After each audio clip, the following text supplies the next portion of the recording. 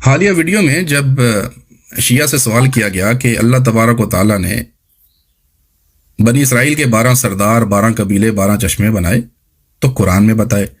اگر آپ کے 12 سپر نبی، وہ جو نبیوں سے افضل ہیں، سپر امام جو کائنات کے امام ہیں، مالک ہیں، جنت جہنم کے فیصلے کرنے والے ہیں، قرآن میں کدھر ہیں؟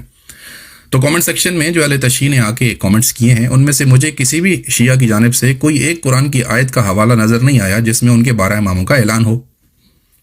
تو کچھ اوٹ پٹانگ باتیں کی گئی ہیں، لیکن کچھ کامنٹس ایسے ہیں کہ جن پہ تبصرہ لازمی ہے۔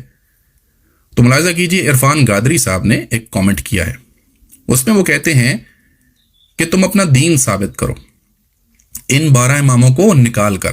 تو عرض یہ ہے عرفان گادری صاحب کہ ہمارا دین تو ثابت ہی آپ کے 12 اماموں کے بغیر ہے، ہم تو ان کو دین کا حصہ نہیں سمجھتے۔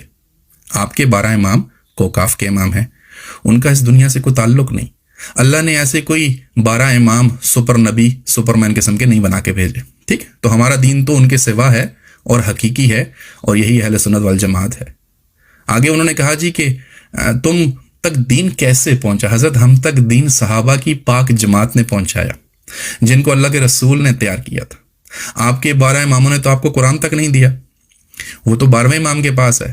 اب جن کے اماموں نے ان کو قرآن تک نہیں دیا، وہ ہم سے سوال کرتے ہیں کہ ہمیں دین کس نے دیا؟ حضرت ہمیں صحابہ کرام نے دین بھی دیا اور رسول اللہ کی سنت بھی دی۔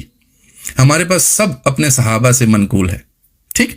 وہ قرآن جو آپ کے گھر میں ہے نا، وہ بھی صحابہ کا دیا ہوا ہے، آپ کے اماموں کا دیا نہیں ہے۔ وہ تو 12ویں امام کے پاس ہے، وہ جب 12ویں آئیں گے تو آپ کا قرآن آئے گا۔ تو آپ کے پاس تو آپ کا اپنا دین نہیں ہے، ٹھیک؟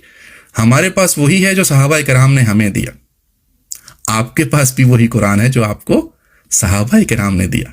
یہ صدیق اکبر و فاروق اعظم و عثمان غنی کا دیا ہوا قرآن ہے، جس کو مصحف عثمانی بھی کہتے ہیں۔ آپ کے اماموں نے نہیں دیا، اس لیے آپ ہم سے کیسے سوال کر سکتے ہیں؟ آگے وہ کہتے ہیں کہ ان کے اماموں کی ہی لکھی ہوئی فقہ کی کتابیں ہیں جن کی وجہ سے ہمیں شاید فقہ ملی یا دین میں۔ تو ایسا نہیں ہے حضرت، آپ کے ہاں جعفریہ فقہ ہے جو آپ نے اپنے امام جعفر سے منسوب کی ہے، ہمارا اس سے کوئی تعلق نہیں ہے حضرت۔ بلکہ افسوس تو ہمیں یہ ہے کہ آپ اپنی جعفریہ فقہ پہ بھی نہیں چلنے والے۔ کیوں؟ اس لیے کہ آپ کے امام جعفر نے ماتم کبھی نہیں کیا، آپ وہ کرتے پھرتے ہیں۔ آپ کے امام جعفر نے کبھی وہ کلمہ نہیں پڑھا جو 3 دم چھلوں والا کلمہ آپ پڑھتے ہیں۔ آپ کے فقہ جعفریہ میں وہ اذان نہیں جو اذان آپ دیتے ہیں۔ تو پہلے آپ اپنے امام جعفر کے پیچھے چل لیجئے، پھر ہم سے سوال کیجئے۔ بہت شکریہ۔